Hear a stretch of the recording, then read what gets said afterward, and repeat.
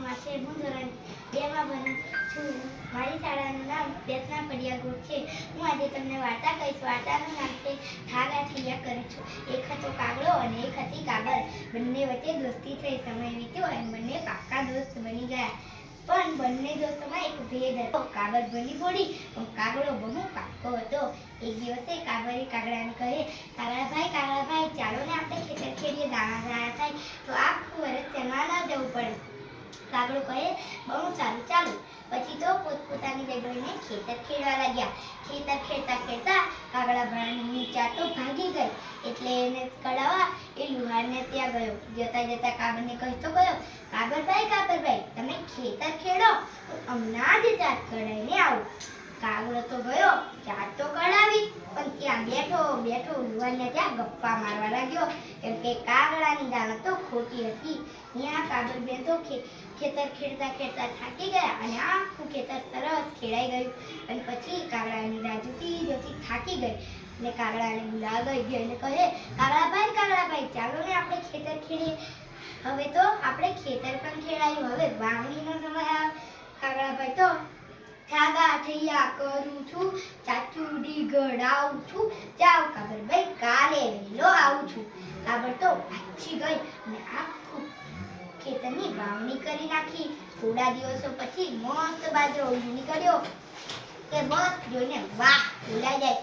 પછી જોઈને નીંદવાનો વખત આવ્યો. કાબર વળી પાછી કાગડાને બોલાવી ગઈ. જેને કહે, કાગડાભાઈ ચાલો હવે આપણે નીંદવાનો વખત આવી ગયો છે, નહીંતર નુકસાન થશે. કાગડો બગાસું ખાતા કહે, ઠાગા ઠૈયા કરું છું, ચાચુડી ગળાવું છું, જાવ કાબરભાઈ કાલે વહેલો આવું છું. કાબર તો પાછી ગઈ અને આખા ખેતરની નીંદી નાખ્યું. અને પછી એને કાપણીનો સમય આવ્યો. પાછી કાબર બોલાવા ગઈ અને કાગડાને કહે, કાગડાભાઈ ચાલો હવે આપણે કાપણીનો સમય આવ્યો છે, નહીં તો નુકસાન થશે.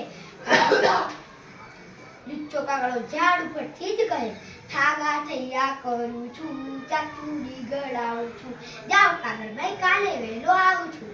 કાબર તો કાગડાની એક વાત સાંભળી નિરાશ થઈ અને ખીજમાં આખા ખેતરની કાપણી કરી નાખી. અને પછી એક મોટો ઢૂસાનો ઢગલો અને એક બાજુ નાનો બાજરાનો ઢગલો. ઢૂસાના ઢગલા પર થોડા બાજરા ભભરાઈ દીધા અને કાગડાને બોલાવા ગઈ. જેને કહે, કાગડાભાઈ ચાલો હવે તો આપણે ભાગ લેવાના સમય છે. આપણને વગર મહેનતે આપણને કોઈ કશું આપે તો આપણે લઈએ જ ને. એમ જ કાગડાભાઈ કર્યું અને પછી કહે, હા કાબરભાઈ હું તો રેડી છું, ચાલો હવે. આમ કરીને પછી ગયા અને કાબરભાઈ તરત જ બોલી પડ્યા, કાગડાભાઈ આનમેથી તમને જે ઢગલો જોતો એ લો. કાબર તો કહે, કાગડો તો કહે, અરે બેન એ તો કોઈ પૂછવાની વાત છે, મને તો પેલો મોટો ઢગલો જોઈએ. કાબર તો કહે, ઠીક જાઓ લઈ લો તમારો ઢગલો. કાગડો તો આનંદમાં તે ઢગલા પર જઈને નાચવા લાગ્યો. પણ થોડી વાર પછી એના પગ ઢૂસામાં ખીચાયા અને આંખ નાક મોઢું કાન બધે ઢૂસો ભરાઈ ગયો.